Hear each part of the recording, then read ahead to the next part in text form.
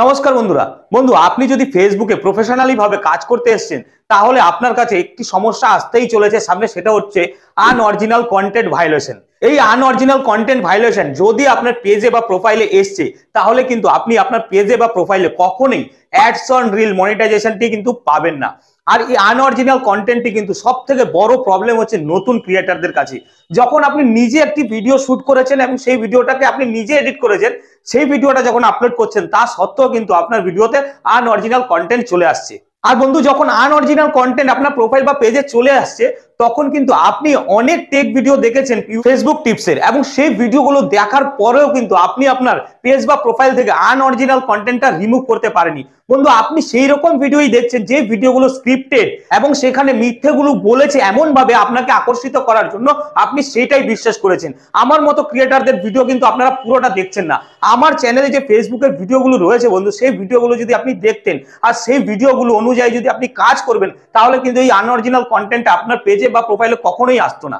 তা যাই হোক বন্ধু, যা হওয়ার তো হয়ে গেছে। বন্ধু, আজ আপনি এই ভিডিওটা পুরো দেখে নিন, তাহলে দেখবেন আপনার যে প্রোফাইল বা পেজে আনঅরিজিনাল কন্টেন্ট ভায়োলেশনটি এসছে সেটি সহজেই আপনি দূর করে ফেলতে পারবেন। তাহলে চলুন দেরি না করে এবার ভিডিওটি শুরু করা যাক। বন্ধু, ভিডিওর শুরুতে প্রথমেই বলি যে আনঅরিজিনাল কন্টেন্টটা আসে কেন আপনার প্রোফাইলে। তার প্রধান কারণ হচ্ছে আপনি তো প্রফেশনালি ভাবে কাজ করছেন, সেটা আপনি কপি পেস্ট হতে পারে বা নিজের ফেস কাম ভিডিও দিয়ে। সেখানে কিন্তু আপনি একটি মস্ত বড় ভুল করছেন, যেটা আমার ভিডিওগুলোতে আমি সবসময় বলে থাকি। আপনাকে কিন্তু সপ্তাহে 2-3 বার লাইভে আসতেই হবে এবং আপনার নিজস্ব ভয়েস দিয়ে face cam video, short video বানিয়ে কিন্তু আপনাকে আপলোড করতে হবে। আর এই শর্ট ভিডিওর জন্যই কিন্তু বেশিরভাগ প্রোফাইল বা পেজের মধ্যে কিন্তু আনঅরিজিনাল কন্টেন্ট মনিটাইজেশন ভায়োলেন্সটি এসে থাকে। এবার ভাবছেন তো আমি তো একটি নিজে ভিডিও শুট করলাম এবং সেই ভিডিওটা এডিটিংও আমি করলাম এবং সেই ভিডিওটা আপলোড করলাম, তারপরেও কেন আমার পেজে বা প্রোফাইলে আনঅরিজিনাল কন্টেন্ট আসছে? দেখুন বন্ধু, আপনি যদি আপনার ফেস দিয়ে ভিডিও আপলোড করছেন রেগুলার এবং সেইখানে যখনই আপনি আপনার ফেস ছাড়া একটি ভিডিও, অন্য ফেস দিয়ে একটি ভিডিও শুট করেছেন, ধরুন আপনি আপনার প্রোফাইলটিতে শুধু আপনার ফেস দিয়ে এতদিন ধরে ভিডিও আপলোড করে আসছেন যেখানে কিন্তু ভয়েসগুলো আপনার নিজস্ব নয়, সেখানে যখন আপনার একদম ক্লোজ রিলেটিভ বা আপনার ওয়াইফেরই কোনো একটি ভিডিও আপনি শুট করছেন, যেই ভিডিওটার মধ্যে আপনার ফেস নেই, সেই ভিডিওটা আপনি শুট করেছেন, এডিট করেছেন এবং ভিডিওটা আপলোডও করেছেন, সেই অবস্থায় কিন্তু আপনার ফেসবুক প্রোফাইল বা পেজে আনঅরিজিনাল কন্টেন্ট চলে আসবে। তখনই কিন্তু ফেসবুকের যে সিস্টেমটা রয়েছে সেই সিস্টেমটা ডিটেক্ট করে নেবে যেখানে একজন অন্য মানুষ বা অন্য ব্যক্তির ভিডিও আপলোড হয়েছে, সেই ভিডিওটা কিন্তু সঙ্গে সঙ্গে আনঅরিজিনাল কন্টেন্ট হয়ে যাবে। যদি সেই ভিডিওটার মধ্যে আপনার ফেস থাকতো তাহলে কিন্তু সেটা কখনোই আনঅরিজিনাল কন্টেন্ট হবে না। আর এই প্রবলেমটা শুধু আসে আপনার একটি ভুলের কারণে, জানেন তো? আপনি যে লাইভে আসেন না, আপনি যে নিজের ভয়েস দিয়ে ভিডিও ছাড়েন না এবং আপনি প্রথম থেকে ফেস ক্যাম ভিডিও বানাচ্ছেন, সেখানে আপনার ফেস ছাড়া একটা ভিডিও আপলোড করে দিলেন, তাহলে কিন্তু স্বাভাবিকভাবেই আনঅরিজিনাল কন্টেন্ট আসবেই। সে যে আপনার ক্লোজ রিলেটিভ বা আপনার ঘরের লোক, সেটা কিন্তু ফেসবুক জেনে বসে নেই, তার জন্য আপনাকে আনঅরিজিনাল কন্টেন্ট ভায়োলেশন কিন্তু পেতেই হবে। এইবার আপনার মনের মধ্যে স্বাভাবিকভাবেই প্রশ্ন উঠতে পারে, যারা কপি পেস্ট ভিডিও নিয়ে কাজ করে তাহলে তাদের প্রোফাইল বা পেজে আনঅরিজিনাল কন্টেন্ট ভায়োলেশন আসে না কেন?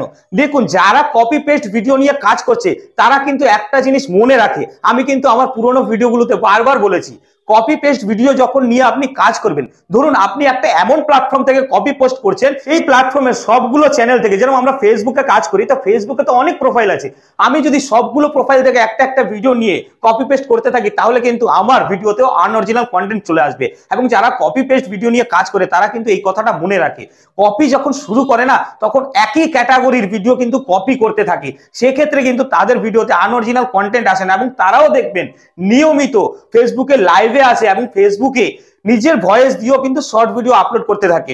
আর এই জিনিসগুলো মেনটেন করে যদি আপনি কপি পেস্ট করে কাজ করতে থাকেন তাহলে কিন্তু আপনার কপি পেস্টের প্রোফাইল বা পেজেও কিন্তু কখনো আনঅরিজিনাল কন্টেন্ট ভায়োলেশন আসবে না। এবার আপনি বলবেন, আপনার ভিডিওতে যে মিউজিকটা ইউজ করেছেন সেই মিউজিকের জন্য যদি ক্লেম আসে, কপিরাইট ক্লেম, এবং সেই ক্লেমের জন্য কি আনঅরিজিনাল কন্টেন্ট আসতে পারে?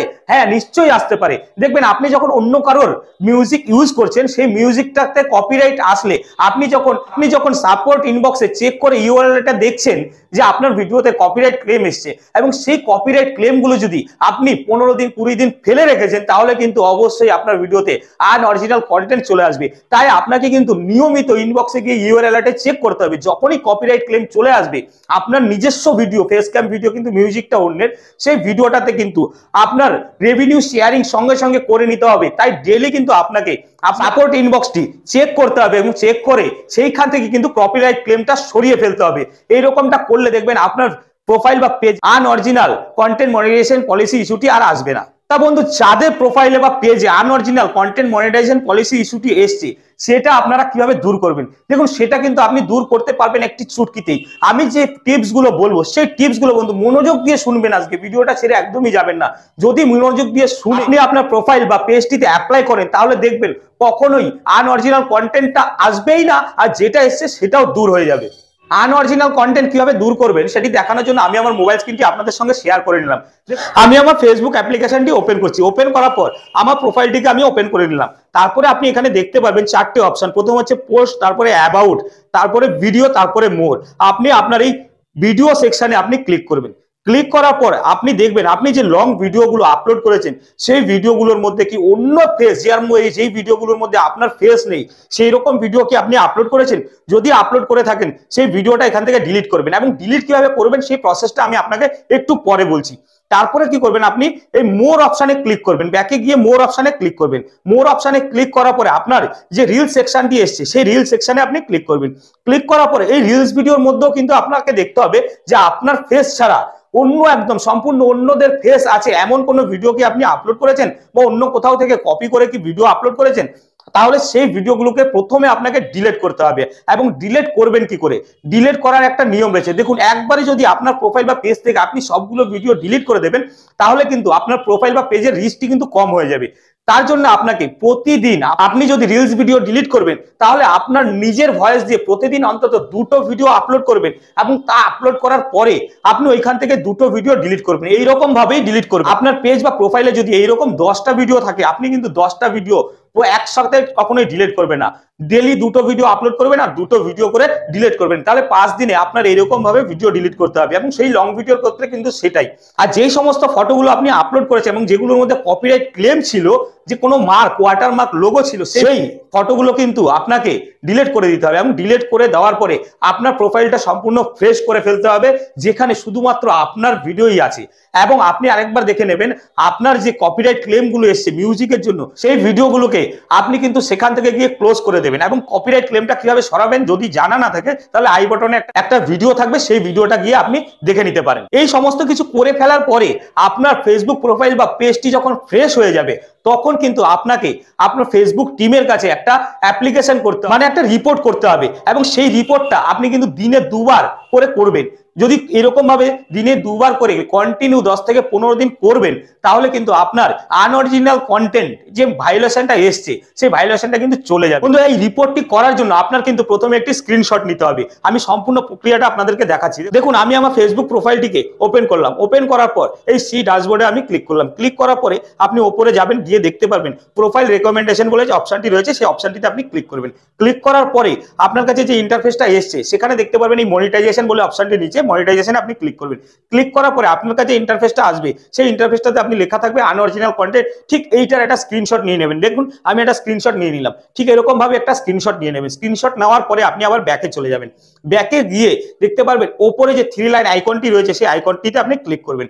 ক্লিক করার পরে আপনি একটু উপরে উঠে দেখবেন এখানে হেল্প অ্যান্ড সাপোর্ট বলে যে অপশন রয়েছে, সেই অপশনটিতে আপনি ক্লিক করে দেবেন। ক্লিক করার পরে আপনার কাছে যে অপশনগুলো ওপেন হয়ে আসবে, সেখানে আপনি দেখতে পারবেন রিপোর্ট এ প্রবলেম বলে একটি অপশন রয়েছে, সেই অপশনটিতে আপনি ক্লিক করে দেবেন। ক্লিক করে দেওয়ার পরে আপনার কাছে যে ইন্টারফেসটি এসছে, সেটিকে একটু উপরে তুলে দেখতে পাবেন এখানে কন্টিনিউ এ রিপোর্ট বলে একটি অপশন আছে, সেখানে আপনি ক্লিক করে দেবেন। ক্লিক করার পরে আপনার সামনে দেখুন এখানে একটি অন্যরকম একটা ইন্টারফেস। এখানে দেখুন ব্লু কালারের একটি বারের মধ্যে ইনক্লুড বলে একটি অপশন রয়েছে, সেটাকে ক্লিক করে দিন। ক্লিক করে দেওয়ার পরে আপনার কাছে এখানে একটি এমন ইন্টারফেস চলে আসবে। এবং এখানে যদি আপনি প্রোফাইলের জন্য রিপোর্ট করতে চাইছেন, তাহলে আপনি প্রোফাইলটি সিলেক্ট করে নেবেন। আর যদি পেজের জন্য করতে চাইছেন, তাহলে পেজটি সিলেক্ট করে নেবেন। আমি যেহেতু প্রোফাইলের জন্য করছি, তাই প্রোফাইলটি সিলেক্ট করে নিলাম। প্রোফাইলটি সিলেক্ট করার পরে আপনার কাছে ঠিক এমন একটা ইন্টারফেস চলে আসবে। এবং এই ইন্টারফেসে মনে রাখবেন যে নিজের অরিজিনাল ভিডিও আপলোড করছেন, তা সত্ত্বেও আপনার প্রোফাইলটিতে আনঅরিজিনাল কন্টেন্ট ভায়োলেশন আসছে, সেটাকে সুন্দরভাবে ইংলিশে এখানে লিখে দিতে হবে। আর আপনি যদি এই লেখাটা না জানেন, তাহলে ভিডিও ডেসক্রিপশনে এই লেখাটা দেওয়া থাকবে, সেখান থেকে গিয়ে দেখে নেবেন। লিখে দেওয়ার পরে আপনি নিচে দেখতে পারবেন এখানে একটা ছবি কিন্তু এসে রয়েছে, সেটা হচ্ছে স্ক্রিনশট, সেই স্ক্রিনশটটাকে আপনি কেটে দেবেন। কেটে দেওয়ার পরে নিচে দেখতে পাবেন আপলোড এ ইমেজ, আপলোড অপশনে ক্লিক করে আপনি যে স্ক্রিনশটটা নিয়েছেন সেই স্ক্রিনশটটা এখানে আপনি সেট করে দেবেন। সিলেক্ট করে দেখুন, এইভাবে সিলেক্ট করে সেট করে দেবেন। সেট করে দেওয়ার পরে উপরে দেখতে পাবেন এখানে সেন্ড বাটন একটা রয়েছে এবং এখান থেকে আপনি ইমেলটাকে সেন্ড করে দেবেন। সেন্ড করে এইভাবে কিন্তু আপনাকে ডেইলি অন্তত 2 বার করে এইভাবে রিপোর্ট করে যাবেন। এটা কিন্তু 15 দিন কন্টিনিউ করতে থাকবেন। এইভাবে যখনই আপনি রিপোর্ট করবেন তখন ফেসবুক টিম বারবার আপনার ইমেলটাকে কিন্তু ইগনোর করতে পারবেন না। এক সময় না এক সময় আপনার ইমেলটাকে দেখবে এবং আপনার প্রোফাইলটিকে বা পেজটিকে আবার পুনরায় রিভিউ করবে। রিভিউ করে যখন দেখবে সম্পূর্ণ ভিডিওগুলো আপনার অরিজিনাল কন্টেন্ট, তার জন্য কিন্তু বন্ধু আপনাকে বারবার বলেছিলাম, আগেও বলেছি এখনো বলছি, আপনাকে কিন্তু সপ্তাহে অন্তত 3 দিন লাইভে আসতে হবে এবং নিজের ভয়েস দিয়ে শর্ট ভিডিও আপলোড করে দিতে হবে সপ্তাহে অন্তত 4 থেকে 5টা। তাহলে দেখবেন ফেসবুক টিম রিভিউটা করে আপনার আনঅরিজিনাল কন্টেন্ট যে ভায়োলেশনটা সেই ভায়োলেশনটা সরিয়ে দেবেন। তা বন্ধু আপনি এইভাবে পুরো প্রসেসটা করুন, আপনার যে ফেসবুকে কাজ করছেন সেই কষ্টটা বৃথা যাবে না এবং আপনার ফেসবুক থেকে যে ইনকামের স্বপ্নটা দেখছেন সেটাও সফল হবে। বন্ধু আজ এই ভিডিওতে এখানেই বিদায় নিয়ে নেব। আশা করি আপনারা সবাই ভালো থাকবেন, সুস্থ থাকবেন, আনন্দে থাকবেন। আর ভিডিওটিকে লাইক করে দিয়ে চ্যানেলটিকে সাবস্ক্রাইব করে দিয়ে চ্যানেলটির পাশে থাকবেন। নমস্কার।